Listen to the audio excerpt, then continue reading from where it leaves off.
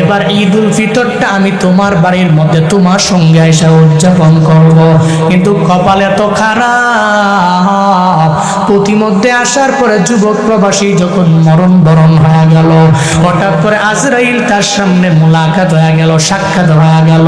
ওদিকে মা ওয়েটিং এ আছে, মতলবের মধ্যে মা সন্তান কখন আসবে। ঈদুল ফিতরটা সন্তানকে নিয়ে তার বাবা নতুন পাঞ্জাবি কিন্না সুন্দর করে পইরা এরপর ঈদগাহের মধ্যে ঈদের ময়দানে নামাজ পড়ার জন্য যাবে। এত সুন্দর করে ওয়েটিং আছে, হঠাৎ করে সন্তানের মোবাইলে টেলিফোন দিলে সন্তান ধরে না, বারবার টেলিফোন দিলে সন্তান যখন রিসিভ করে না, হঠাৎ করে চিন্তায় পড়ে গেল এতক্ষণ সময় তো আমার সন্তান বাড়ির মধ্যে আসতে লাগে না। মনে রাখবেন দুনিয়ার কেউ জানে না, কিন্তু মার অন্তরের মধ্যে আল্লাহ কেমনে জানি, আল্লাহ জানে, কেউ জানে না, মা জানে। আল্লাহ মায়ের অন্তরের মধ্যে এমন একটা রাডার ফিট করে দিয়েছে রে গুলাম, যেই রাডারের কারণে মা পরিপূর্ণ বুঝতে পারে সন্তান ভালো আছে, সুস্থ আছে নাকি অসুস্থ হয়ে গেল। এই ব্যাপারে মা পরিপূর্ণ বুঝতে পারে। বারবার মা বলে, ও স্বামী আমার সন্তানটার টেলিফোন দেন না, কেন দেরি হয়? যখন স্বামী টেলিফোন লাগায় কেন যেন স্ট্রিং বাজে, কেউ ধরে না। হঠাৎ করে একটু পরে সন্তানের মোবাইল থেকে যখন ফোন বেজে উঠলো, দেখে মোবাইলটা রিসিভ করার পরে সন্তানের কণ্ঠ শোনা যায় না। কার কণ্ঠ শোনা যায়? অন্য একটা ছেলের কণ্ঠ শোনা যায়। কই কে তুমি? কই আমারে আপনি চিনবেন না, আপনি কে আগে বলেন। কই আমি হলাম যে মোবাইল দিয়ে তুমি ফোন দিলে ওই মোবাইলওয়ালার বাবা। ওই মোবাইলওয়ালার বাবা যদি হন, আপনার সন্তানটা প্রবাস থেকে মাল নিয়ে রওনা, প্রতিমধ্যে আসার পরে হঠাৎ করে অ্যাক্সিডেন্টে দুনিয়া থেকে বিদায় নিয়ে চলে গেল। আয়েশা দেখেন লাশ আর লাশ, শুধু আপনার ছেলে না, কতগুলা লাশ পড়ে আছে ডিভাইডারের মধ্যে। একটু দেখার জন্য আসেন না রে বাবা? বাবা একটা বারের জন্য সন্তানের মায়ের দরবারে বলেন নাই, অ্যাম্বুলেন্স নিয়ে দৌড়ে রওনা।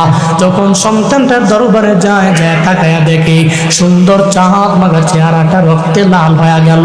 প্রবাসী থেকে রিমিটেন্স যুদ্ধের টাকার মেশিনটা দুনিয়া থেকে যে বিদায় নিয়ে চইলা গেল, তার চেহারার মধ্যে বারবার হাত দিয়া মুছে আর বাবায় চোখের পানি ফেলায় কান্দে। সন্তান আমার, কত ঈদ আমি তোমার ছাড়া আমি উদযাপন করলাম। আমি ঈদের ময়দানে গেছি, তবে বিন্দু মাত্র পরিমাণ আমার চোখের মুখের মধ্যে আমি হাসি আনতে পারি নাই।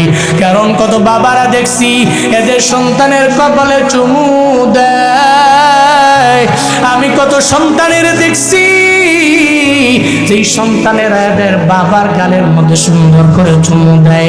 আমি ওটা দেখার পরে তোমার কথা মনে পড়ে যাইতো, আমি সুন্দর করে একটা বার ঈদুল ফিতর উদযাপন করতে পারলাম না। এবার যাই তুমি আসলা, আমি তোমার নিয়ে ঈদের ময়দানে যেতে পারবো না। ও সন্তান আমার, কত রাত তোমার মা তোমার জন্য ঘুমাইতেও পারে নাই। রাত 12টা যখন বেজে গেল, হঠাৎ করে ঘুম থেকে জেগে চোখের পানি ফেলে কাঁদলো। আমি বললাম কান্দো কেন? ওই সন্তানটারে প্রবাসে রাইখা আমি মা ঘুমাইতে পারি না। ও ঠিক মতো খাইলো কিনা, ও ঠিক মতো ঘুমাইতে গেল কিনা, ও ঠিক মতো আরাম করতে পারে কিনা, ও ঠিক মতো কাজকর্মের মধ্যে যাইতে পারে কিনা, এই চিন্তা নিয়ে কত রাত তোমার মা আরামের বিছানার মধ্যে ঘুমাইতে পারে নাই। ও সন্তান আমার, আজকে আমি বাড়ি যাওয়ার পর তোমার লাশ নিয়ে তোমার মায়েরে আমি কি বলবো বিন্দু মাত্র পরিমাণ আমার কোনো জানা নাই, আমার কোনো ভাষা আমার জানা নাই। তোমার মায়ের দরবারে কোন বডি নিয়ে আমি বলবো ধরো তোমার সন্তানটারে তুমি জীবনের শেষ বিদায় দিয়া দাও। কথা বেশি না বাড়াইয়া অ্যাম্বুলেন্স নিয়ে বাবায় যখন রওনা, এদিকে মার মনে অনেক পরিমাণে খুশি আর আনন্দ। এত বছর পরে সন্তান আসবে, হঠাৎ করে অ্যাম্বুলেন্সের সাউন্ড যখন গ্রামের মধ্যে শুনতে পায়, মায়ের মনটা খারাপ হয়ে গেল। হঠাৎ কেন আমার এলাকার মধ্যে অ্যাম্বুলেন্সের সাউন্ড শুনতে পাই? এই চিন্তায় পরে মা দৌড়ে দরওয়াজা ওপেন করে উঠানের সামনে গিয়া মা দাঁড়ায় রইল, কোন সময় আমার সন্তানটা আমার কাছে আসবে। হঠাৎ করে দেখে অ্যাম্বুলেন্স অন্য কোনো বাড়ির মধ্যে যায় না, প্রবাসে থাকনেওয়ালা ওই টাকার মেশিনটা অ্যাম্বুলেন্সে কইরা মায়ের মানিকটা মায়ের সামনে রওনা। টাকায় দেখে সন্তানের লাশ মায়ের সামনে যখন হাজির হয়ে গেল, মা চোখের পানি ফেলে ফেলে কাপড়ের আঁচল দিয়া চোখের পানি মোছে, আর একটা পর্যায়ে বারবার চোখের পানি ফেলে কান্না করে, ও সন্তান আমার, কেন তুমি আমারে বিদায় দিয়ে চইলা গেলা? তোমার গোসলের জন্য আমি গরম পানি রেডি করলাম, একটু আরামের গোসলের জন্য। এখন তুমি চাইলেও আর গোসল করতে পারবা না। এখন ওই গরম পানির ভিতরে একটু বড়ই বাদা দিয়া আবার গরম কইরা তোমার জীবনের শেষ গোসলটাও দিয়ে দেওয়া লাগবে। ও সন্তান আমার, আমি মা তোরে ছাড়া কেমনে থাকবো? আমায় বল, আমি মা তোরে ছাড়া ঈদুল ফিতর কেমনে উদযাপন করব? আমায় বল, আমি মা তোরে ছাড়া ঈদুল আজহা কেমনে উদযাপন করব? আমায় বল, আমি মা তোরে ছাড়া ঈদ উদযাপন করতে পারবো না। চোখের পানি ফালাইয়া কাপড়ের আঁচল দিয়া বারবার বারবার পানিগুলা মুছে, আর সন্তানের দরবারে মা চোখের পানি ফালায় কান্না করে। এমন ভাবে অনেকের মরণ হয়, ঈদ উদযাপন করতে পারে না। এমন নজিব প্রমাণও আছে, ঈদের জন্য পাঞ্জাবি কিনলো, ঈদের ময়দানে যেতে পারেন নাই, ঈদের আগের দিন দুনিয়া থেকে বিদায় নিয়ে চইলা গেল। ও আল্লাহর বান্দারা, 26 সালে রমজান পাবো কি পাবো না, এই ব্যাপারে জুনায়েদ আল হাবিবের গ্যারান্টি নাই, এই ব্যাপারে আপনারও গ্যারান্টি নাই, এই ব্যাপারে সমাজ কল্যাণ পরিষদের যুবকদের গ্যারান্টি নাই। যেহেতু গ্যারান্টি নেই, এই রমজান আমার শেষ রমজান মনে করে একটু কদরের রাতটাকে তালাশ কইরা বাকি 2টা রাত একটু আমল কইরা দেন রে বাপ, একটু তিলাওয়াত কইরা সময়টারে পাস করেন রে বাপ, একটু জিকির আজকার কইরা একটু আমল কইরা একটু আমার আল্লাহর দরবারে গ্রহণযোগ্য বান্দা হয়ে রমজানটারে একটু বিদায় দেন না। আল্লাহ পাক রব্বুল আলামিন এই রমজানের প্রত্যেকটা রোজাকে কবুল করে নেন, পড়ে না আমিন। সাহারিগুলোকে কবুল করেন, পড়ে না আমিন। তারাবি কবুল করে নেন, পড়ে না আমিন। চোখের পানি ফালাইয়া ফালাই ঈদুল ফিতরের উদযাপন করতে পারবে না, দেশের মধ্যে আসতে পারবে না। কত প্রবাসীরা আসার জন্য রেডি হয়, মা বাবার টেলিফোন করেও জানায় দেয়, ও মা বাবা তুমি দোয়া কইরা দাও যাতে আল্লাহ পাক এবারে ঈদটা তোমাদের সাথে আমার উদযাপন করায়। টিকেটও কেটে ফেলে ঢাকার ইন্টারন্যাশনাল বিমানবন্দরের মধ্যে আসার পরে মায়ের নাম্বার টেলিফোন দেয়, তোমার সন্তান চলে আসছে সারপ্রাইজ দেওয়ার জন্য, তোমার সাথে মোলাকাত হয়ে যাবে। মার মনটা বড় খুশি, 4 বছর 5 বছর ধরে দেখি না, অনেক বছর পরে আমি তারে দেখতে পাইলে আমার মনটা ভালো হয়ে যাবে। মনে রাখবেন, মার কাছে সন্তান এত পরিমাণে দামি, ওই সন্তানের দরবারে মায়ের টাকা চায় না, বাড়ি চায় না, গাড়ি চায় না। এই যে 2টা বছর 2.5 বছর 3 বছর আপনারে দুগ্ধ পান করাইলো যেই মায়, জীবনে তো কোনোদিন আপনারে বলেন নাই এই দুধের দাম তুমি আমারে দিয়া বাড়ি বানাও, এই দুধের দাম দিয়া তুমি গাড়ি কিনো, আমার দুধের টাকা দিয়া তুমি প্রবাসে যাও, যা মন চায় তাই করো। মা জীবনে বলে না রে বাবা, আপনি আমি তো মিস করতে পারি না, প্রবাসীরা এরা ভালো করেই জানে, এরা মায়ের আদরটা পরিপূর্ণ মিস করে রে বাবা। আমি মায়ের বয়ান করলে এরা চোখের পানি ফালায়া ফালায়া কান্দে, গভীর রাতে টেলিফোন দিয়া দিয়া বলে, হুজুর আপনার মায়ের বয়ান শুই না চোখের পানি ফালায়া কান্না কইরা, আগে আমি নামাজ পড়তাম না, এখন আমি ফজর জোহর আসর পরিপূর্ণ পড়ি, আগে আমি রোজা রাখতাম না, এখন আমি রোজা রাখি, আগে আমি আমলের লাইনে অগ্রগামী হইতে পারি নাই, এখন আমি আমলের লাইনে অগ্রগামী হয়ে যাই। এমন অনেক যুবক প্রবাসী মায়ের কাছে যখন টেলিফোন দিয়া বলে, মা তুমি আমার জন্য দোয়া কইরা দাও, সঙ্গে এসে উদযাপন করব, কিন্তু কপাল এত খারাপ, প্রতিমধ্যে আসার পরে যুবক প্রবাসী যখন মরণ বরণ হয়ে গেল, হঠাৎ করে আজরাইল তার সামনে মোলাকাত হয়ে গেল, সাক্ষাৎ হয়ে গেল, ওদিকে মা ওয়েটিং এ আছে, মতলবের মধ্যে মা সন্তান কখন আসবে, ঈদুল ফিতরটা সন্তানকে নিয়ে তার বাবা নতুন পাঞ্জাবি কিন্না সুন্দর করে পইরা এরপর ঈদগাহের মধ্যে ঈদের ময়দানে নামাজ পড়ার জন্য যাবে, এত সুন্দর করে ওয়েটিং আছে। হঠাৎ করে সন্তানের মোবাইলে টেলিফোন দিলে সন্তান ধরে না, বারবার টেলিফোন দিলে সন্তান যখন রিসিভ করে না, হঠাৎ করে চিন্তায় পড়ে গেল, এতক্ষণ সময় তো আমার সন্তান বাড়ির মধ্যে আসতে লাগে না। মনে রাখবেন, দুনিয়ার কেউ জানে না, কিন্তু মার অন্তরের মধ্যে আল্লাহ কেমনে জানি, আল্লাহ জানে, কেউ জানে না, মা জানে। আল্লাহ মায়ের অন্তরের মধ্যে এমন একটা রাডার ফিট করে দিয়েছে রে গুলাম, যেই রাডারের কারণে মা পরিপূর্ণ বুঝতে পারে সন্তান ভালো আছে, সুস্থ আছে নাকি অসুস্থ হয়ে গেল। এই ব্যাপারে মা পরিপূর্ণ বুঝতে পারে। বারবার মা বলে, ও স্বামী আমার সন্তানটার টেলিফোন দেন না, কেন দেরি হয়? যখন স্বামী টেলিফোন লাগায় কেন যেন রিং বাজে, কেউ ধরে না। হঠাৎ করে একটু পরে সন্তানের মোবাইল থেকে যখন ফোন বেজে উঠলো, দেখে মোবাইলটা রিসিভ করার পরে সন্তানের কণ্ঠ শোনা যায় না। কার কণ্ঠ শোনা যায়? অন্য একটা ছেলের কণ্ঠ শোনা যায়। কই, কে তুমি? কই, আমারে আপনি চিনবেন না, আপনি কে আগে বলেন। কই, আমি হলাম যে মোবাইল দিয়ে তুমি ফোন দিলে ওই মোবাইলওয়ালার বাবা। ওই মোবাইলওয়ালার বাবা যদি হন, আপনার সন্তানটা প্রবাস থেকে মাল নিয়ে রওনা, পথিমধ্যে আসার পরে হঠাৎ করে অ্যাক্সিডেন্টে দুনিয়া থেকে বিদায় নিয়ে চলে গেল। আয়েশা দেখেন লাশ আর লাশ, শুধু আপনার ছেলে না, কতগুলা লাশ পড়ে আছে ডিভাইডারের মধ্যে। একটু দেখার জন্য আসেন না রে বাবা? বাবা একটা বারের জন্য সন্তানের মায়ের দরবারে বলেন নাই। অ্যাম্বুলেন্স নিয়ে দৌড়ে রওনা। যখন সন্তানটার দরবারে যায় তাকায়া দেখে সুন্দর চাঁদ মাগা চেহারাটা রক্তে লাল হয়ে গেল। প্রবাসে থেকে রিমিটেন্স যুদ্ধের টাকার মেশিনটা দুনিয়া থেকে যে বিদায় নিয়ে চইলা গেল, তার চেহারার মধ্যে বারবার হাত দিয়া মুছে আর বাবায় চোখের পানি ফেলায় কান্দে। সন্তান আমার, কত ঈদ আমি তোমার ছাড়া আমি উদযাপন করলাম।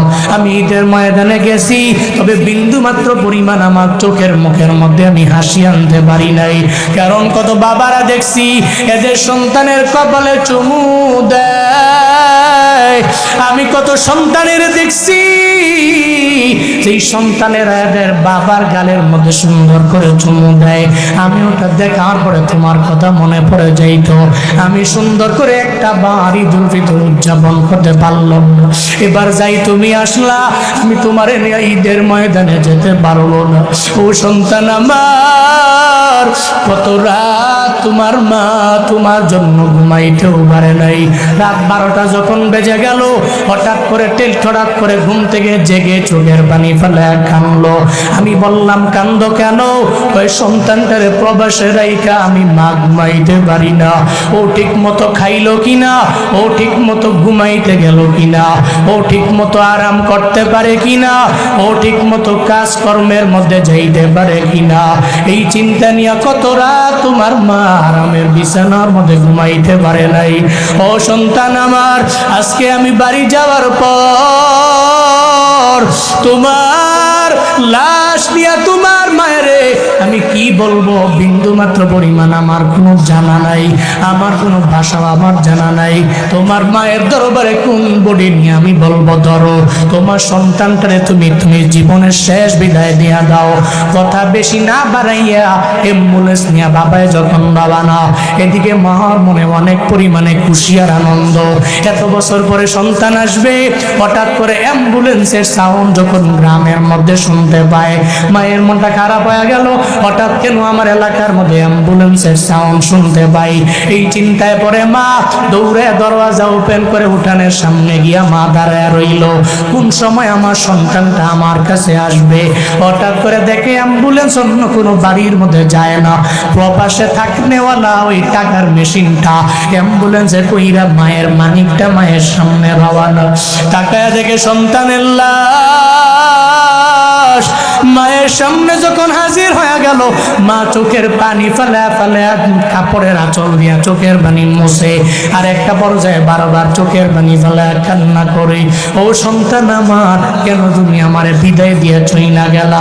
তোমার গোসলের জন্য আমি গরম পানি রেডি করলাম, একটু আরামের গোসলের জন্য। এখন তুমি চাইলেও আর গোসল করতে পারবা না।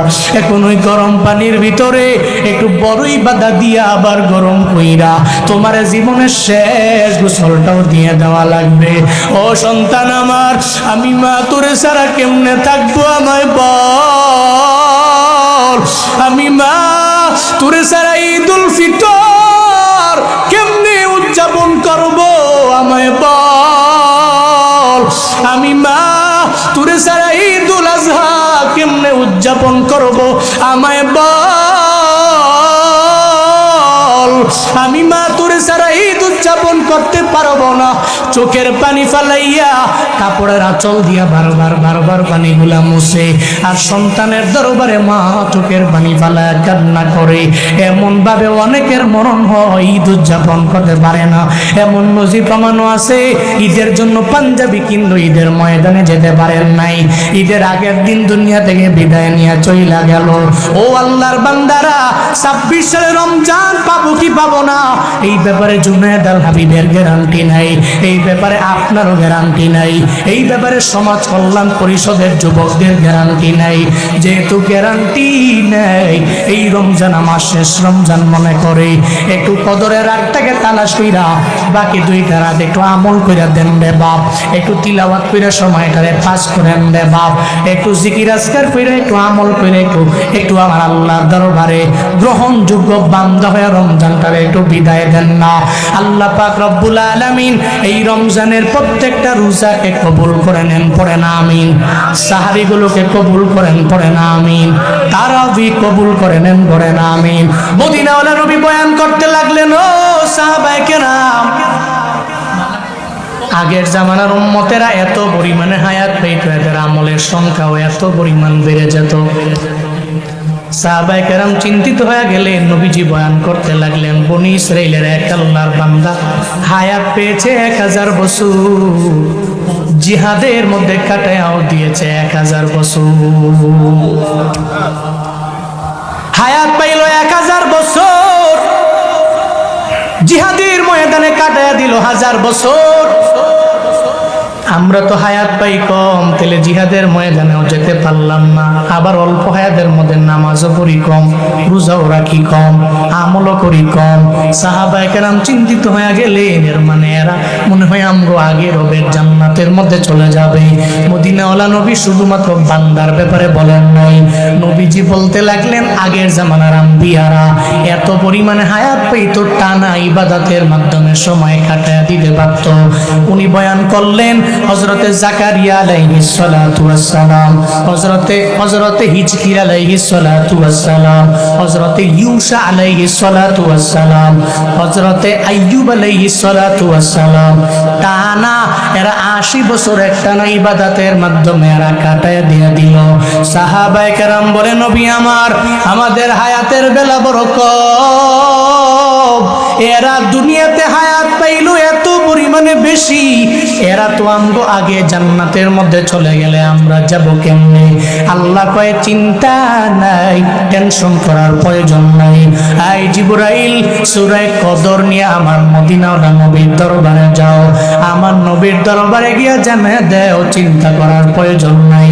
আমার নবীর উম্মতেরা যদিও হায়াত পাইবে 50, যদিও হায়াত পাইবে 60, যদিও হায়াত পাইবে 70, যদিও হায়াত পাইবে 80, টেনশন নাই। এদের আমি আল্লাহ এমন এক দামি রাত দিয়া দিলাম, যেই রাতের বেলা এক রাতে আমল করার বিনিময়ে 1000 মাস ইবাদত করলে যেই সওয়াব হবে, এক রাতের আমলের বিনিময়ে সেই যাজা আল্লাহ দিয়া দিবে। ইয়া ইলাহি তো মেরা মাবুদ হ্যায়, ইয়া ইলাহি তো মেরা মাশূক হ্যায়, ইয়া ইলাহি তো মেরা হান্নান হ্যায়, ইয়া ইলাহি তো মেরা মান্নান হ্যায়। আগের জামানার উম্মতেরা হায়াত পাইতো 1000 বছর, আমাদের 1000 বছর হায়াত পাওয়া লাগবে না, মাত্র 50-60 বছর হায়াত পাইলে আমাদের জন্য কাফি। মদিনাওয়ালা নবী বললেন, আমরা দুনিয়াতে আসলাম সবার পরে, কিন্তু জান্নাতে যাব আমরা সবার আগে। নাহনুল আখিরুনা সাবিকুন, যদিও আমরা আখিরি নবী এবং আখিরি নবীর উম্মত, আমার উম্মত, কিন্তু জান্নাতে কেমন করে আমরা সবার আগে যাব জানেননি? হাসরের ময়দানে জান্নাতের দরওয়াজার মধ্যে একজন দারোয়ান দাঁড়ায়া থাকবে।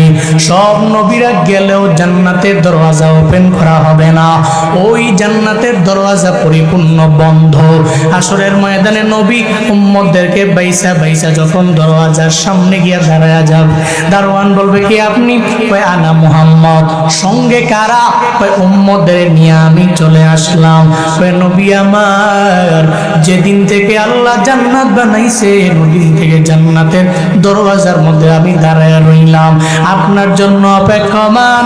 আপনার আগে কেউ জান্নাতের মধ্যে ঢোকার কোনো পারমিশন নাই, আপনার আগে কোনো অনুমতি নাই। আজকে জান্নাতের 8টা দরওয়াজা আপনার জন্য ওপেন আছে। সব নবীর আগে, নবীর উম্মতের আগে যেই দরওয়াজা দিয়া মন চায় ওই দরওয়াজা দিয়েই জান্নাতে ঢুকে যায়।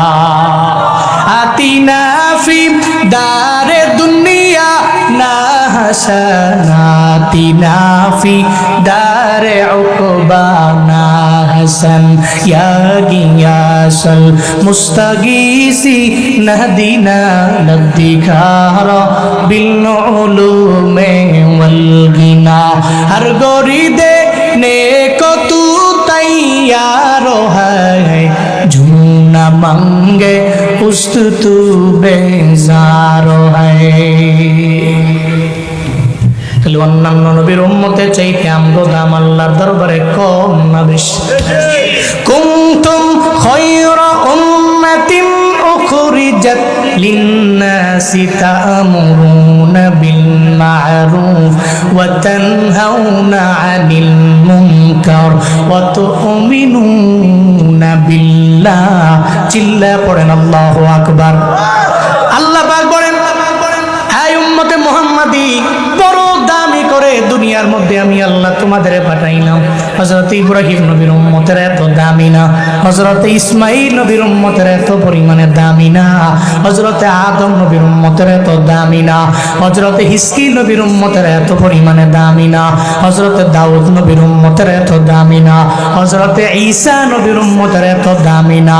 উম্মতে মুহাম্মদীকে আমি আল্লাহ এত পরিমাণে দামি বানাইলাম, অন্য কোন উম্মতকে আমি আল্লাহ এত পরিমাণে দামি বানাই নাই। চিল্লা পড়া যাবে কি মারহাবা? তাহলে সমস্ত উম্মতের চাইতেও আমগো দাম বেশি না কম? তাহলে আমরা শ্রেষ্ঠ, আমরা দামি। এবার আসেন, সূরা কদর নবীর উপরে নাজিল করা হলো। কেন নাজিল করা হলো? একটু সান্ত্বনা দেওয়ার জন্য। সাহাবায়ে কেরাম চিন্তিত হয়ে গেলেন, তাহলে তো অন্যান্য নবীর উম্মতেরা আমগো আগে যাবে। নবী কয় না, নাহনুল আখিরুন আস-সাবিকুন, যদিও পরে কিন্তু জামু তো সবার আগে। আমগো আগে কেউ জান্নাতে ঢুকতে পারবে না। শুধু তাই না, নবীজি বলেন আরজু আন তাকুনু নিসফা আহলিল জান্নাহ, আরজু আমি আশা করি, আন তাকুনু তোমরা হবে, নিসফা আহলিল জান্নাহ জান্নাতবাসীদের অর্ধেক। পড়ে না সুবহানাল্লাহ। এর মানে আদম নবী থেকে ঈসা নবী আলাইহিস সালাতু ওয়াস সালাম পর্যন্ত যত উম্মত আছে ওই সমস্ত উম্মতের মধ্য থেকে 50% হবে জান্নাতি, শুধুমাত্র উম্মতে মুহাম্মদী 50% হবে জান্নাতি। তাহলে অন্যান্য নবীর উম্মতের চাইতে আমগো দাম কম না বেশি? পড়েন না সুবহানাল্লাহ, পড়েন না আলহামদুলিল্লাহ, আরো জোরে চিল্লায় পড়েন আল্লাহু আকবার। তাহলে সূরা কদর নবীর উপরে নাজিল হলো। কেন নাজিল হলো এতটুকু বুঝলাম, যে সাহাবায়ে কেরাম চিন্তিত হয়ে গেলেন। এরপরে আল্লাহ পাক সান্ত্বনা দেওয়ার জন্য সূরা কদর পাঠালেন। ইন্না আনজালনাহু ফি লাইলাতিল কদরি ওয়া মা আদরাকা মা লাইলাতুল কদর লাইলাতুল কদরি খায়রুম মিন আলফি শাহর তানাজ্জালুল মালাইকাতু ওয়ার রূহু ফিহা বিইذনি রাব্বিহিম মিন কুল্লি আমর সালামুন হিয়া হাত্তা মাতলাইল ফজর। চিল্লা পড়েন আল্লাহু আকবার। আল্লাহ পাক বলেন ইন্না আনজালনাহু ফি লাইলাতিল কদর, আমি নাজিল করেছি। আনজালনাহু, এই হুয়ের মার্জা হলো কোরআন। কোরআনকে আমি আল্লাহ নাজিল করেছি কোন রাতে? কয় ফি লাইলাতিল কদর, কদরের রাতে আমি আল্লাহ কোরআনটাকে নাজিল করলাম। এর মানে লাউহে মাহফুজ থেকে সংরক্ষিত ফলক থেকে প্রথম আসমানের মধ্যে নাজিল হলো কোরআন কোন রাতে? কদরের রাতে। আর এই কদরের রাতটাই হচ্ছে রমজান মাসের মধ্যে। এই কারণে রমজানের দাম আল্লাহর দরবারে বেশি। এই জন্য রমজানের ভিতরে কদর, ওই কদরের দাম রবের দরবারে বেশি। আল্লাহর কোরআন নাজিল হওয়ার কারণে যদি মাসও দামি হয়, আল্লাহর কোরআন নাজিল হওয়ার কারণে রাতও যদি দামি হয়, তাইলে উম্মতে মুহাম্মদীরা এই কোরআনের সাথে যদি সংস্পর্শ লাগায়, তাহলে উম্মতে মুহাম্মদীর দাম বাড়ায় দিবে কি? আল্লাহ পাক বাড়ায়া দিবে। কোরআনের সাথে সম্পর্ক লাগাইও। শুধুমাত্র রমাদানে কোরআনের তিলাওয়াত না, বরং রমাদানের পরেও আগেও কোরআন তিলাওয়াত করা লাগবে কি লাগবে না? শুধুমাত্র রমজান আসলে কোরআন ধরলাম, রমজানের পরে ভুইলা গেলাম। এই আম্মাজানেরা, আমি দেখছি আম্মাজানেরা রমজানে কোরআন তিলাওয়াতের মাত্রা বাড়ায়া দেয়, রমজানের পরে গেলে আম্মাজানেরাও ভুইলা যায় না। গো আম্মারা, বরং ঘরের মধ্যে আপনিও ফজরের নামাজ পড়ে সূরা ইয়াসিনের তিলাওয়াতে বসে যান। আপনার মেয়েটাকেও নিয়ে বসে যান, আপনার পুত্রবধূকে নিয়েও তিলাওয়াতের মধ্যে বসে যান। এই আব্বারা, আপনিও ফজরের নামাজ বা জামাত আদায় করে ইয়াসিন পড়েন। আপনার ছেলেটাকেও নামাজ পড়াইয়া তিলাওয়াত করার জন্য উদ্বুদ্ধ করেন, ইন্সপায়ার করেন। আল্লাহর কসম করে বলে গেলাম, যদি কোরআন তিলাওয়াতের মাত্রাটা বাড়াইয়া দিতে পারেন, আপনার বউ যদি তিলাওয়াত করে, আপনার মেয়েও যদি তিলাওয়াত করে, আপনার পুত্রবধূও যদি তিলাওয়াত করে, আপনিও আপনার ছেলেও যদি তিলাওয়াত করতে পারেন ফজরের পরে ইয়াসিন, আল্লাহর কসম দুবার তিনবার করে বলে যাই, যদিও রিজিক মাসে লক্ষ, 1.5 লক্ষ, 2 লক্ষ টাকা না, অল্প টাকা, ওই টাকাতেও বরকত বাড়াইয়া দিতে পারে কি? আল্লাহর কোরআনের সাথে সম্পর্ক লাগানো লাগবে। আল্লাহ পাক বলেন, আমি আল্লাহ নাজিল করলাম লাইলাতুল কদরের মধ্যে কোরআন। এই কোরআন বড় দামি। যেই কদরের মধ্যে নাজিল হলো, কদরের দামও আমার মাওলার দরবারে এত পরিমাণে বেড়ে গেল। এবার আল্লাহ পাক মদিনাওয়ালা নবীরে জানায়া দেয়, ওয়া মা আদরাকা মা লাইলাতুল কদর। এই পয়গম্বর, কদরের রাতের ব্যাপারে আপনি জানেন কি? এই ব্যাপারে আপনার ধারণা কি পরিমাণ আছে একটু বলেন না। এটা প্রশ্ন করেই আল্লাহ পাক রব্বুল আলামিন নবীর কাছ থেকে জবাবের আশা করেন নাই, সঙ্গে সঙ্গে আল্লাহ জানায়া দিলেন, লাইলাতুল কদরি খায়রুম মিন আলফি শাহর। লাইলাতুল কদর, কদরের রাত এত পরিমাণে দামি রাত, এটা 1000 মাসের চাইতেও উত্তম রাত। চিল্লা পড়া যাবে না সুবহানাল্লাহ। কদরের রাত 1000 মাসের চাইতে উত্তম রাত। এবার 1000 মাস কত বছর হয়? ক্যালকুলেটর দেন। 1000 মাস ক্যালকুলেটর দিলে তাহলে 83 বছর 4 মাসের ইবাদতের সওয়াব হয়। এর মানে এক কদর তালাশ কইরা খালি 2 রাকাত, 4 রাকাত, 6 রাকাত নফল নামাজ পড়তে পারলেই এক রাতের আমলের বিনিময়ে 83 বছর 4 মাসের ইবাদতের সওয়াব আল্লাহ পাক আমল নামে দিয়ে দিবে। এবার সাহাবায়ে কেরামকে নবী বললেন, চিন্তা করো কেন তাহলে অন্যান্য নবীর উম্মতেরা হায়াত পাইল 1000 বছরে, এরা আমল করলো 1000 বছরের আমল। এদেরকে তো কদর দেওয়া হয় নাই, তোমাদেরকে তো কদর দেওয়া হয়েছে। তো এদেরকে কদর দেওয়া হয় নাই। এরা 1000 বছরে 1000 বছরের আমলই আমল নামায় জড়ো করতে পারছে। তোমরা তো শুধুমাত্র এক রাতে করবা। এরকম ভাবে 12 বছর যদি কেউ লাইলাতুল কদর পায়, কয় বছর? তাহলে 1000 বছর ইবাদত করলে যে সওয়াব, ওই সওয়াব তার আমল নামায় অটোমেটিক হয়ে যাবে। তাহলে যার বয়স 50, সাবালক 12 বছর 13 বছর হওয়ার পর থেকে রমজান পাইছে কয় বছর? 10 বছর, 20 বছর, 30 বছর, 35, 40 বছর পর্যন্ত আপনি সাবালক হওয়ার পর থেকে রমজান পাইলেন। তো যেই বছরই রমজান আইলো, ওই রমজানে কদর আয় নাই। কথা বলে না কেন? কদর কি রমজানের বাইরে না রমজানের ভেতরে? কেউ কেউ বলেন পুরো রমজানের ভিতরে কোনো না কোনো এক রাতে কদর, কিন্তু না, বুখারীর হাদিসকে আমরা প্রাধান্য দিই। নবীজি বলেছেন তাহাররাও লাইলাতুল কদর ফিল উইত্রি মিনাল আশরিল আওয়াখিরি মিন রমাদান। হ্যাঁ উম্মতেরা, তোমরা লাইলাতুল কদর তালাশ করবা রমাদানের শেষ দশকের বেজর রাতে। এর মানে 21, এর মানে 23, এর মানে 25, এর মানে 27, এর মানে 29। এই বেজর রাতে তোমরা লাইলাতুল কদরে তালাশ করো।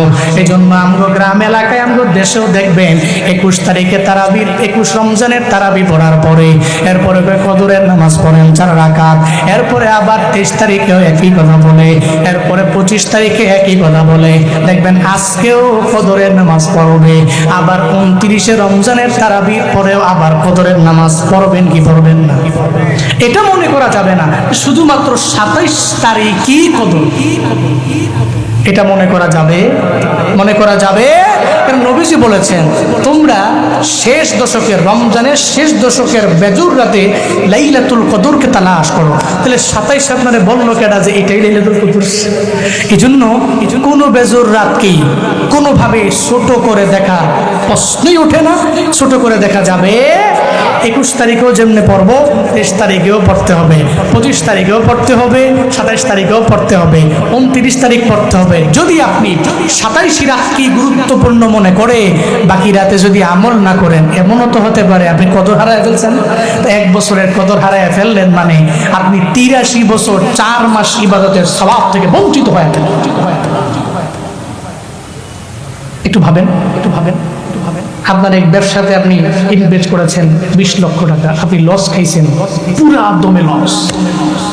আপনি তো আফসোস করতে করতে কাঁদতে অজ্ঞান হয়ে যাবেন। হইল কি? এমনকি মৃত্যু পর্যন্ত এর একটা তাসির, এর একটা প্রভাব আপনার মনে বারবার বাড়িয়ে দিবে। করলাম কি যদি না করতাম। আপনার এই 20 লক্ষ টাকার লস, আপনার মৃত্যু পর্যন্ত আপনি আফসোস করলেন, কপাল পোড়া। আপনার কত রমজান চলে গেল, আপনার কত কদর চলে গেল, একটু কি চিন্তা করতে পারলেন না?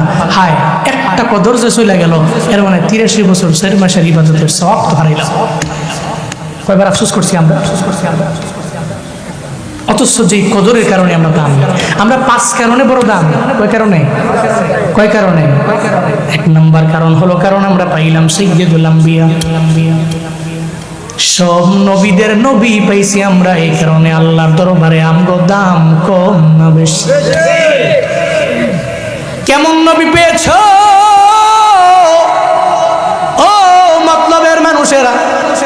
এমন নবী আমার, সব নবীর চাইতে যেই নবীর দাম আমার আল্লাহর দরবারে বেশি।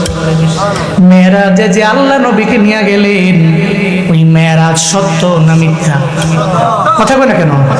কেউ যদি বলে আমি হারাম শরীফ থেকে যে আকসা পর্যন্ত নবীর মেরাজ এটা মানি না, এর মানে সে কোরআনও মানে না, এর মানে সঙ্গে সঙ্গে সে কাফের হয়ে গেল।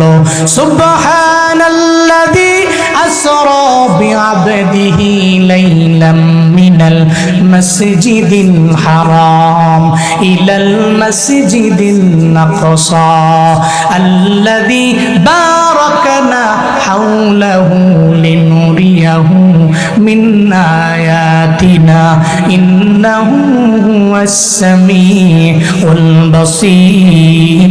চিল্লা পড়েন আল্লাহু আকবার। আল্লাহ পাক বলেন সুবহানাল্লাযী, পুত্র পবিত্র রব আল্লাযী আসরা, যে আল্লাহ পাক রব্বুল আলামিন মেরাজ করালেন, যে আল্লাহ পাক ভ্রমণ করালেন নবীরে। রাতের একাংশের মধ্যে আল্লাহ পাক নবীরে ভ্রমণ করালেন, হারাম থেকে নিয়ে আকসা পর্যন্ত আমার নবীর যে ভ্রমণ, এটা যারা মানবে না ও কোরআন মানে না, সঙ্গে সঙ্গে ও অস্বীকারী কাফের হয়ে যাবে।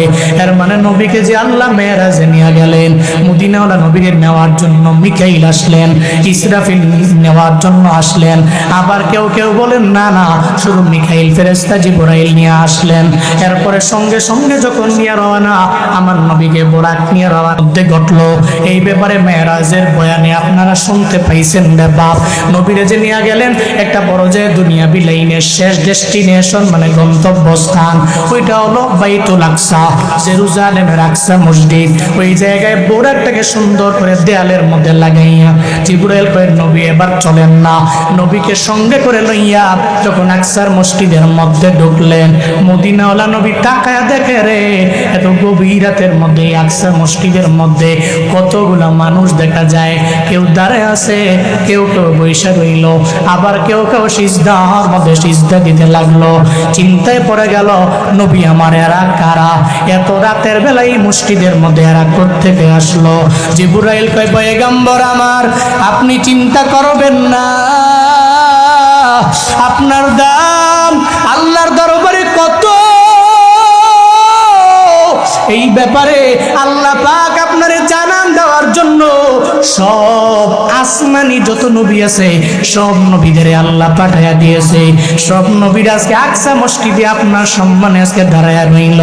আপনি ভেতরে ঢুকবেন, আপনাকে ওয়েলকাম জানাবে, আপনাকে অভিবাদন জানাবে, আপনাকে কনগ্রেচুলেশন জানানোর জন্য, আপনাকে অভিবাদন জানানোর জন্য, আপনাকে সুসংবাদ দেওয়ার জন্য আল্লাহ সমস্ত নবীর আকসা মসজিদের মধ্যে হাজির করেছে।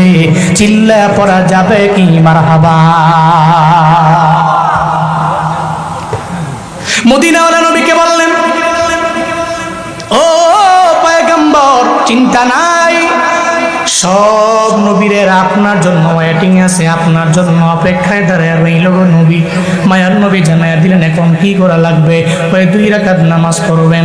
কয়ে সামনে কে যাবে? কয়ে সামনে তো অন্যান্য নবীরা যেতে পারে। মদিনাওয়ালা নবী বললেন, আমার আগে কত সিনিয়র নবী দুনিয়ার মধ্যে আসলো, ওনারা হায়াতও পাইল অনেক বেশি, ওনাদের উম্মত ছিল অনেক পরিমাণে বেশি, এরা আমার আগে যাবে রে জিবরাইল। আমি তো সবার আগে কোনোভাবেই যেতে পারবো না। জিবরাইল কয়, নবী না না, বরং সব নবীদের আগে আপনি সামনে যাওয়া লাগবে, কারণ আপনার লকব হলো আপনি ইমামুল মুরসালিন, সমস্ত মুরসালিনদের নেতা।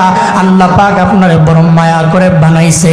আপনার সামনে ইব্রাহিম নবী যেতে পারবে না, আপনার সামনে আদম নবী যেতে পারবে না, আপনার সামনে ইসমাইল নবী যেতে পারবে না, আপনার সামনে ঈসা নবী যেতে পারবে না, আপনার সামনে অন্য কোনো রাসূলুল্লাহ যাবে না, আপনার সামনে অন্য কোনো নবীরা যাবে না। নবী আপনি সামনে যাবেন, 2 রাকাতের ইমামতি আপনারই করা লাগবে। পড়েন সুবহানাল্লাহ। আল্লাহ পাক বলেন, উম্মতে মুহাম্মদী বড় দামি জাত। কেন এরা দামি? কয় 1 নম্বরে মদিনাওয়ালা নবীর কারণে এরা দামি। 2 নম্বরে কেন দামি? কয় সাইয়্যিদুল কুতুবের কারণে এরা দামি। সমস্ত আসমানি কিতাবের লিডার হলো কোরআন, এই কোরআনের কারণে এরা দামি। 3 নম্বরে কেন উম্মতে মুহাম্মদী দামি? মুহাম্মদী দামি হয়েছে রমাদানের কারণে। এই যে রমজান আসলো, বিদায় নিয়ে চলে যাবে, ভাবরে ভাব, এত পরিমাণে আনন্দ আমার, শুধুমাত্র ঈদের জন্য আমার কেনাকাটা করা লাগবে। আমরা তো গেলাম, কিন্তু আমরা মা বোনদের ঠেলায় তো এখন মার্কেটের মধ্যেও ঢুকা যায় না। মা বোনেরা নিজে গিয়া কিনা লাগবে, স্বামী আইনা দিলে পছন্দ হয় না। ওই তোমার পছন্দ ভালো না, তুমি মনে হয় কম দামি ড্রেস কিনা নিয়ে আসলা। দেখবেন মা বোনেরা নিজেরটা কেনার জন্য টাকা নিয়ে জোর কইরা বাহিরে যায়। এবার পর্দা করে তো কেউ যায়, আলহামদুলিল্লাহ। এমন কিছু আছে সাজিয়া গুজিয়া এরপরে মার্কেটে দোকানদারের সামনে গিয়া কয়, আমার একটা দামি 30 পিস দাও। এরপরে 30 পিসের দাম যদি হয় 2000, দাম চায় 6000। এরপরে উনি মুলাইতে আনছে 3000, ওদিকের দাম 2000, 3000 টাকা দিয়ে বাড়িতে এসে জামাইরে কয়, তুমি চিনো না আমার দিকেই তো 6000-এর ড্রেস 3000-এ দিয়া দিছে। চিল্লা কও ঠিক না বেডি? দোকানদারের লাভ হইল আম্মা জান আপনারা দেখা। শুধু তাই না, দোকানদারের লাভ হয়ে গেল, আবার আপনারে দেখলো লাভ হইল, টাকাও পাইলো 1000 টাকা বেশি। আপনার জামাই গেলে লাভ নাই, সে মুলে ঠিক দাম দর কইরা আনবে, আপনি তো পারবেন না গো মা। সাবধান, রমজান বড় দামি মাস, এই মাসের মধ্যে একটা ঈদ উদযাপন করতে যাইয়া এমন ভাবে নিজের পর্দাকে বিসর্জন দিয়ে দেওয়া যাবে না রে আম্মা। এই ঈদের মার্কেট করতে গিয়া জোহর পড়ে না, আসর পড়ে না, মাগরিব পড়ে না, এশা পড়ে না, এমন আছে না নাই? আসেনি? অথচ ঈদটা তো এত দামি ছিল না, ঈদের পোশাকটা তো এত পরিমাণে দামি ছিল না। ঈদের পোশাক না কিনলেও ঈদ উদযাপন হবে। এক ওয়াক্ত জোহরের নামাজে আপনার কাজা হয়ে গেল, এক ওয়াক্ত আসরের নামাজ কাজা হয়ে গেল, এক ওয়াক্ত মাগরিবের নামাজ কাজা হয়ে গেল। আল্লাহর কসম করে বলে গেলাম, সারা দুনিয়া সারা জীবনের সমস্ত ঈদের নামাজ এক পাল্লায় দেন, আর একটা পাল্লায় যদি আপনার জোহরের নামাজটা দেন রে বাপ, একটু বলেন না জোহরের নামাজের পাল্লা ভারী হবে না হালকা হবে? তাহলে আপনার ঈদের জামা দামি এমন না, বরং জোহর দামি। ঈদুল ফিতর উদযাপন করবেন, অসুবিধা নাই, দামি কাপড় কিনেন, অসুবিধা নাই, তবে রোজাকে ঠিক রাখেন, নামাজটা ঠিক রেখে ঈদ উদযাপন করবেন। আল্লাহর দরবারে একটু কাইন্দা নিবেন, এই রাতগুলো চলে যাইতেছে রে বাপ, যেই রাতের বেলা আল্লাহ বহু মানুষের মাফ করে দেয় রে বান্দা। আল্লাহর কাছে আপনি বলবেন, আল্লাহ গো, আমার মতো গুনাহগার বন্দার তো শুধুমাত্র একজন আল্লাহ, তোমার তো দুনিয়াতে বন্দার অভাব নাই, তোমার তো দুনিয়াতে বন্দার অভাব নাই, কিন্তু আমার তো মালিক দুই তিনজন না, আমার তো মালিক চার পাঁচজন না, আমার তো দুনিয়াতে আমি ডাকার মতো মালিক কয়জন? কয়জন? একমাত্র আমার আল্লাহ, আমার একমাত্র আল্লাহ। তুমি তোমার বান্দা ডাকার মতো বান্দার অভাব নাই। আল্লাহ গো, কদরের রাতে যদি তুমি আমারে মাফ করে দাও, তাহলে তোমার বিন্দু মাত্র পরিমাণ লস হবে না। আবার তুমি যদি মাফ না করো, তোমার লাভও নাই, এই জায়গায় তোমার প্রফিটও নাই, তোমার লসও নাই। এই লাইলাতুল কদরে আল্লাহ কি পরিমাণে মাফ করে দেয়। আম্মা জানা আয়েশা সিদ্দিকা রাদিয়াল্লাহু তাআলা আনহা মদিনাওয়ালা নবীরে বললেন, ও পয়গম্বর, আর রাইতা ইন আলিমতু আইয়া লাইলাতিন লাইলাতুল কদর, আমি যদি জানতে পারি ওই রাতটা কদরের রাত, তাহলে ওই রাতের বেলা মাদা কুলু ফিহা, ওই রাতের বেলা আমি কি বলবো আল্লাহর দরবারে? মদিনাওয়ালা নবী বললেন, এই আমার আয়েশা সিদ্দিকা, এই আমার হুমায়রা, তুমি যদি লাইলাতুল কদরের ব্যাপারে জানতে পারো ওই রাতটা কদরের রাত, তুমি আল্লাহর দরবারে বলবা, কুলি আল্লাহুম্মা ইন্নাকা আফুন তুহিব্বুল আফওয়া ফাফু আন্নি, আল্লাহুম্মা ইন্নাকা আফুন তুহিব্বুল আফওয়া ফাফু আন্নি। ও আয়েশা, আল্লাহর দরবারে কদরের রাতে তুমি বলো, আল্লাহুম্মা ইন্নাকা আফুন, আল্লাহ গো তুমি ক্ষমাশীল, তুহিব্বুল আফওয়া, ক্ষমা করতেই তুমি বড্ড পছন্দ করো, ফাফু আন্নি, তুমি আমারে মাফ করে দাও। আমার মতো বান্দারে যদি আল্লাহর মাফ কইরা দেয়, আল্লাহর লস হবে? হবে না। এজন্য কদরের রাতের আমল হইল আল্লাহর কাছে বলা, আল্লাহুম্মা ইন্নাকা আফুউন তুহিব্বুল আফওয়া ফাফু আন্নি। নবী যে শিক্ষা দিয়েছেন আম্মা জান আয়েশাকে, এই আয়েশা, তুমি কদরের রাতে খালি আল্লাহর দরবারে এটি বেশি বেশি পড়ো, আল্লাহ তুমি ক্ষমাশীল, তুমি ক্ষমা করতে বড্ড পছন্দ করো, ফাফু আন্নি, তুমি আমারে মাফ কইরা দাও। তুমি যদি আমারে মাফ কইরা দাও, তোমার তো লস হবে না। তুমি যদি সব বান্দারে মাফ কইরা জান্নাতে ঢুকায় দাও, তোমার লস নাই। সমস্ত লাভ এবং লস তো বান্দা, সমস্ত লাভ এবং লস তো আমার। আল্লাহ তোমার যেহেতু লাভ লস নাই, তো আমার তো ডাকার মতো তুমি। এভাবে আল্লাহর কাছে নরম কইরা বলবেন, আল্লাহ তুমি আমারে মাফ কইরা দাও। মুখতার কসম মনে রাখবেন, লাইলাতুল কদরে আল্লাহ বহু মানুষকে মাফ কইরা দেয়। আপনার মতো বান্দারে মাফ কইরা আল্লাহ জাহান্নাম থেকে ফিরে জান্নাতের খাতায় নামটা উঠায়া দিলে আল্লাহর বিন্দু মাত্র পরিমাণ লস হবে না। এজন্য কদরে আল্লাহর দরবারে বেশি বেশি কামনা করা, ইস্তিগফার করা উচিত। আল্লাহ তৌফিক দান করেন। সকলে পড়ি আমিন। আরো জোরে পড়ে না আমিন। কদরে আরেকটা আমল হলো কিয়ামে দাঁড়াবে। কেমন কিয়াম? নফল নামাজের কিয়াম। নবীজি বলেছেন, মান কামা লাইলাতুল কদর ঈমানান ওয়া ইহতিসাবা গুফিরা লাহু মা তাকদ্দামা মিন যামবিহি। সুবহানাল্লাহ পড়েন। নবীজি বলছেন, লাইলাতুল কদরে যদি কেউ নফল নামাজে দাঁড়ায়, 2 রাকাত 4 রাকাত 6 রাকাত নামাজের বিনিময়ে আল্লাহ পাক তার পূর্বের সমস্ত গুনাহ মাফ করে দিবেন। তাহলে লাভ না লস? আল্লাহ কার? লাভ আমাদের, বাপ লাভ আমাদের, লসও আমাদের। তাহলে কদরের রাতে আমরা আমল করব। এবার আসেন কদরের রাতে আমরা যে আমল করি, অনেকে মনে মনে ভাবে কোন সূরা দিয়ে জানি পড়ব, বুঝেন না? এই চিন্তা করে অনেকে নামাজও পড়ে না। আবার অনেকে অতিরিক্ত লেভেলের নফল নামাজ পড়ে। কেমন কেমন খুব দ্রুত দ্রুত। আমাদের কিছু কিছু ব্যক্তি আছে যারা নামাজ পড়ে খুব দ্রুত, যেমন 4 রাকাতের নামাজ 1.5 মিনিটেই শেষ। যদিও বাংলাদেশে নেট আসা নাই 5G, কিন্তু এর নামাজে অলরেডি অগ্রিম 5G চলে আসছে। এমন দ্রুত নামাজ পড়ে, এর যদি আপনি যে এখন আপনার পাউডি ধরছি কুদ্দুর আসতে পারেন, হে আরো জোরে পড়বে। আপনাকে বাড়ির মুরগিরে যদি আদার দিয়া খাবার দিয়া যদি মুরগিরে কম তো 2টা পাও ধরলাম, তোরে জীবনও জব করতাম না, তোরে এবার আরাম করে খাওয়াম, তাও তুই এত দ্রুত খাইস না, রিল্যাক্সে খা, দেখবেন আরো দ্রুত খায়, ঠিক কিনা? এরকম কিছু নামাজই আছে দেখবেন, এরও যদি আপনি পাও ধরেন যে আস্তে পড়লে সমস্যাটা কোথায়, রুকু থেকে সোজা হইয়া দাঁড়ায় 1 তাসবিহ পরিমাণ ওখানে ওয়েট করলে অসুবিধা কই, সিজদা থেকে সোজা হইয়া বৈশা 1 তাসবিহ সুবহানাল্লাহ, শেষ 1 তাসবিহ। এতটুকু সময় একটু ওয়েট কইরা এরপর আরেক সিজদায় গেলে অনেক দেরি হয়ে যাব। কেউ দেরি হয়ে যাব? দেরি হবে না। তাহলে একটু রিল্যাক্সে এই নামাজটা পড়া লাগবে। এটা তো ফরজ নামাজের বেলায়। নফল নামাজের বেলায় ঠিক সেম। আপনি নফল নামাজে আপনার কোয়ান্টিটির চাইতে কোয়ালিটিকে প্রায়োরিটি দেওয়া লাগবে। That means quality quantity. আপনি নফল নামাজে কোয়ান্টিটি এর মানে হচ্ছে অতিরিক্ত লেভেলে 10 টাকা 12 টাকা 15 16 টাকা 20 টাকা 25 টাকা 26 টাকা পর্যন্ত নামাজ পড়তে হবে আমার নফল নামাজে। এই চিন্তা বাদ দিয়া আপনি চিন্তা করেন আমি একেবারে ইখলাসের সাথে একনিষ্ঠতার সাথে আমি 4 রাকাত 6 রাকাত 8 রাকাত নামাজ পড়বো, তবে আমার নামাজের থাকবে কোয়ালিটি, কোয়ান্টিটি না। আমার অনেক বেশি নামাজ দরকার নাই, আমার অল্প নামাজই হবে, তবে আমি রিল্যাক্সে সিজদাগুলো রিল্যাক্সে রুকুগুলো রিল্যাক্সে দিব।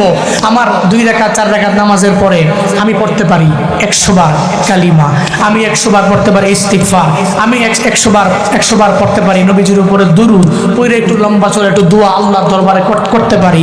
আমার জিন্দেগির মনের আশাগুলো আমি আল্লাহর কাছে বলতে পারি, পারি না? এগুলো বলতে পারি রিল্যাক্সে। কিন্তু সমানে আইসা ধামধুম করে মেরা দিয়ে গেলাম গা, মূলত এটা আপনার উপরে ফরজ না, বা এটা আপনার জন্য বড় বোনাস। এটা মনে কইরা যে আমার বোনাসটা আমি পাবো, এখানে আমার ভাইয়ের কোনো লাভ নাই, আমার বোনের কোনো লাভ নাই, আমার ছেলের কোনো লাভ নাই, লাভটা আমার ব্যক্তিগত লাভ।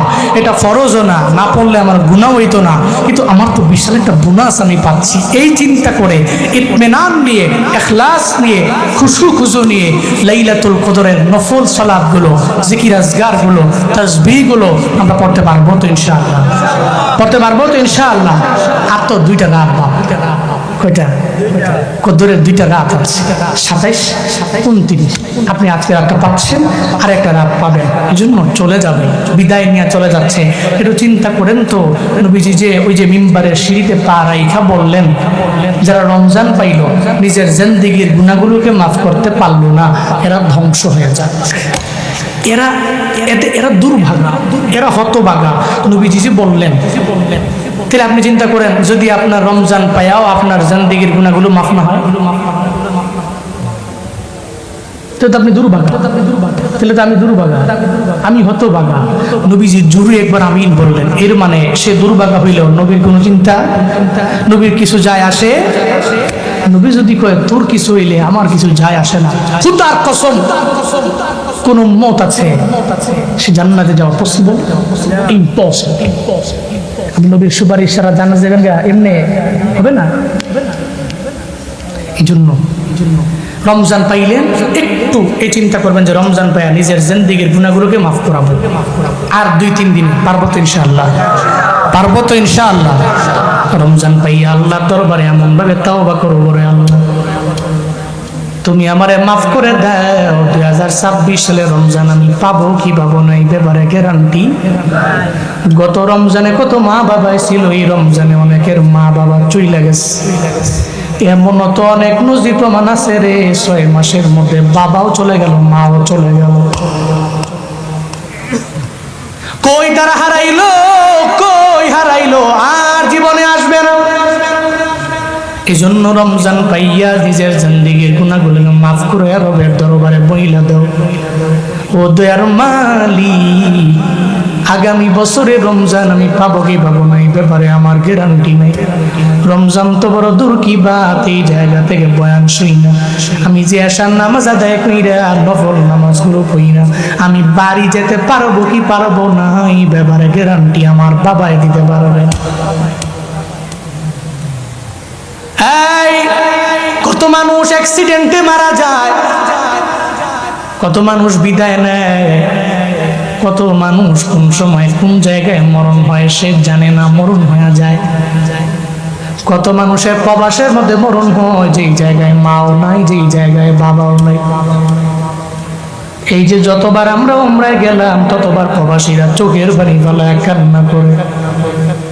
হুজুর রমজানে ওলামায়ে কেরাম উমরার জন্য যখন দেশ থেকে আসে, ওনাদের দেখলে ঈদুল ফিতরের কথা মনে পড়ে যায়। ঈদ উদযাপন করি ঠিক, তবে মজা লাগে না। পাশে দেখি আমার দাদাও নাই, আমার জ্যাঠাও নাই, আমার মাও নাই, আমার বাবাও নাই। গত বছরের আগের বছর উমরা শেষ করে ঈদ উদযাপন করার জন্য আমি বাড়ির দিকে যখন রওনা হব, এক প্রবাসী আমার দইরা বলে, হুজুর বাড়ি যাবেন? আমরা তো যেতে পারবো না, তবে কপাল এত খারাপ, ঈদের দিন আমরা ডিউটি করা লাগে, কফিলটা ভালো করে না, আমার এত পরিমাণে খাটায় তারা, আমার যে একটা ঈদ আছে, ঈদের দিন আছে, খুশির দিন আছে, এরা এটা মনেও করে না।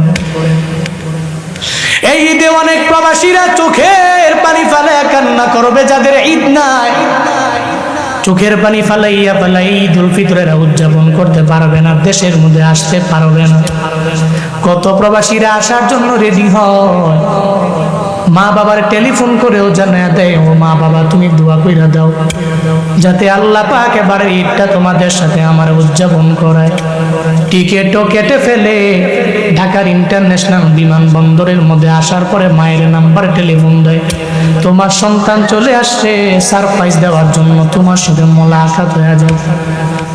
মার মনটা বড় খুশি, 4 বছর 5 বছর ধরে দেখি না, অনেক বছর পরে আমি তারে দেখতে পাইলে আমার মনটা ভালো হয়ে যাবে। মনে রাখবেন, মার কাছে সন্তান এত পরিমাণে দামি, ওই সন্তানের দরবারে মায়ের টাকা চায় না, বাড়ি চায় না, গাড়ি চায় না। এই যে 2টা বছর 2.5 বছর 3 বছর আপনারে দুগ্ধ পান করাইলো যেই মায়, জীবনে তো কোনোদিন আপনারে বলেন নাই, এই দুধের দাম তুমি আমারে দিয়া বাড়ি বানাও, এই দুধের দাম দিয়া তুমি গাড়ি কিনো, আমার দুধের টাকা দিয়া তুমি প্রবাসে যাও, যা মন চায় তাই করো। মা জীবনে বলে না রে বাবা, আপনি আমি তো মিস করতে পারি না, প্রবাসীরা এরা ভালো করেই জানে, এরা মায়ের আদরটা পরিপূর্ণ মিস করে রে বাবা। আমি মায়ের বয়ান করলে এরা চোখের পানি ফালায়া ফালায়া কান্দে, গভীর রাতে টেলিফোন দিয়া দিয়া বলে, হুজুর আপনার মায়ের বয়ান শুই না চোখের পানি ফালায়া কান্না কইরা, আগে আমি নামাজ পড়তাম না, এখন আমি ফজর জোহর আসর পরিপূর্ণ পড়ি, আগে আমি রোজা রাখতাম না, এখন আমি রোজা রাখি, আগে আমি আমলের লাইনে অগ্রগামী হইতে পারি নাই, এখন আমি আমলের লাইনে অগ্রগামী হয়ে যাই। এমন অনেক যুবক প্রবাসী মায়ের কাছে যখন টেলিফোন দিয়া বলে, মা তুমি আমার জন্য দোয়া কইরা দাও, এবার ঈদুল ফিতরটা আমি তোমার বাড়ির মধ্যে তোমার সঙ্গে এসে উদযাপন করব, কিন্তু কপাল এত খারাপ, প্রতিমধ্যে আসার পরে যুবক প্রবাসী যখন মরণ বরণ হয়ে গেল, হঠাৎ করে আজরাইল তার সামনে মোলাকাত হয়ে গেল, সাক্ষাৎ হয়ে গেল। ওদিকে মা ওয়েটিং এ আছে, মতলবের মধ্যে মা সন্তান কখন আসবে, ঈদুল ফিতরটা সন্তানকে নিয়ে তার বাবা নতুন পাঞ্জাবি কিন্না সুন্দর করে পরিরা, এরপর ঈদগাহের মধ্যে ঈদের ময়দানে নামাজ পড়ার জন্য যাবে, এত সুন্দর করে ওয়েটিং আছে। হঠাৎ করে সন্তানের মোবাইলে টেলিফোন দিলে সন্তান ধরে না, বারবার টেলিফোন দিলে সন্তান যখন রিসিভ করে না, হঠাৎ করে চিন্তায় পড়ে গেল, এতক্ষণ সময় তো আমার সন্তান বাড়ির মধ্যে আসতে লাগে না। মনে রাখবেন, দুনিয়ার কেউ জানে না, কিন্তু মার অন্তরের মধ্যে আল্লাহ কেমনে জানি, আল্লাহ জানে, কেউ জানে না, মা জানে। আল্লাহ মায়ের অন্তরের মধ্যে এমন একটা রাডার ফিট করে দিয়েছে রে গুলাম, যেই রাডারের কারণে মা পরিপূর্ণ বুঝতে পারে সন্তান ভালো আছে, সুস্থ আছে নাকি অসুস্থ হয়ে গেল। এই ব্যাপারে মা পরিপূর্ণ বুঝতে পারে। বারবার মা বলে, ও স্বামী আমার সন্তানটার টেলিফোন দেন না, কেন দেরি হয়? যখন স্বামী টেলিফোন লাগায় কেন যেন রিং বাজে, কেউ ধরে না। হঠাৎ করে একটু পরে সন্তানের মোবাইল থেকে যখন ফোন বেজে উঠলো, দেখে মোবাইলটা রিসিভ করার পরে সন্তানের কণ্ঠ শোনা যায় না। কার কণ্ঠ শোনা যায়? অন্য একটা ছেলের কণ্ঠ শোনা যায়। কয়, কে তুমি? কয়, আমারে আপনি চিনবেন না, আপনি কে আগে বলেন। কয়, আমি হলাম যে মোবাইল দিয়ে তুমি ফোন দিলে ওই মোবাইলওয়ালার বাবা। ওই মোবাইলওয়ালার বাবা যদি হন, আপনার সন্তানটা প্রবাস থেকে মাল নিয়ে রওনা, পথিমধ্যে আসার পরে হঠাৎ করে অ্যাক্সিডেন্টে দুনিয়া থেকে বিদায় নিয়ে চলে গেল।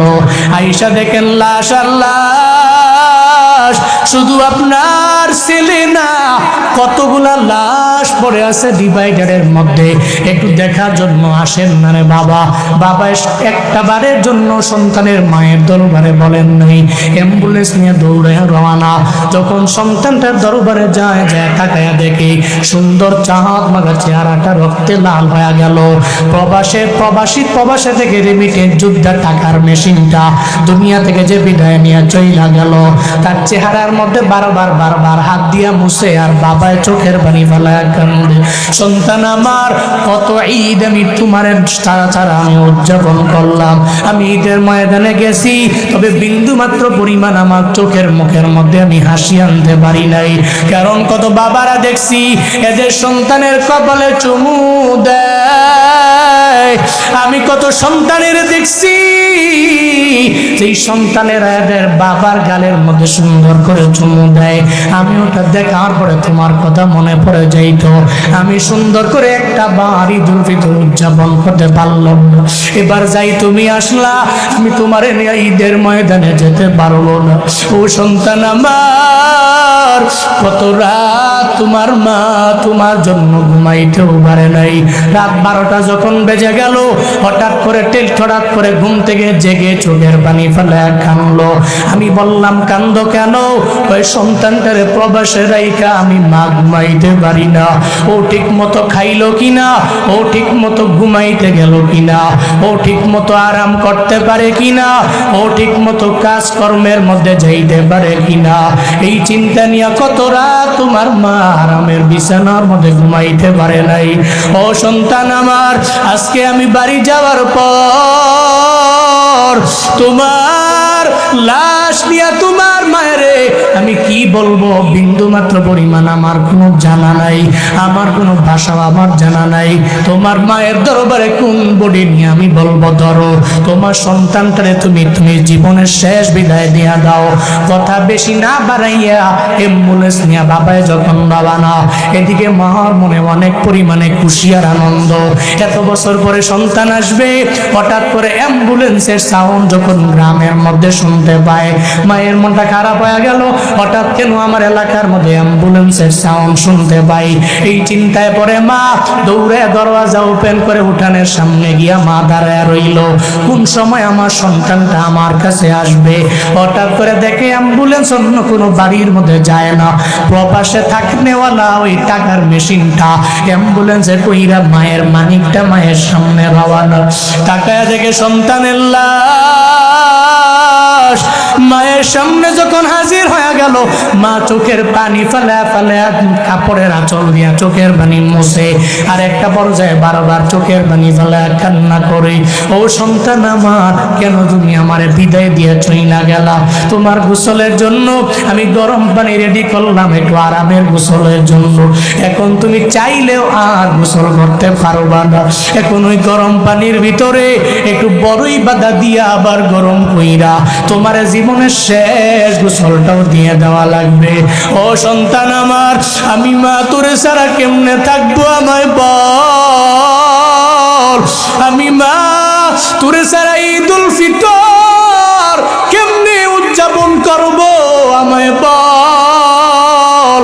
আমি মা তোরে ছাড়া ঈদুল আজহা কেমনে উদযাপন করব আমায় বল? আমি মা তোরে ছাড়া ঈদ উদযাপন করতে পারবো না। চোখের পানি ফালাইয়া কাপড়ের আঁচল দিয়া বারবার পানিগুলা মুছে, আর সন্তানের দরবারে মা চোখের পানি ফালায় কান্না করে। এমন ভাবে অনেকের মরণ হয়, ঈদ উদযাপন করতে পারে না। এমন নজির প্রমাণও আছে, ঈদের জন্য পাঞ্জাবি কিনলো, ঈদের ময়দানে যেতে পারেন নাই, ঈদের আগের দিন দুনিয়া থেকে বিদায় নিয়ে চইলা গেল।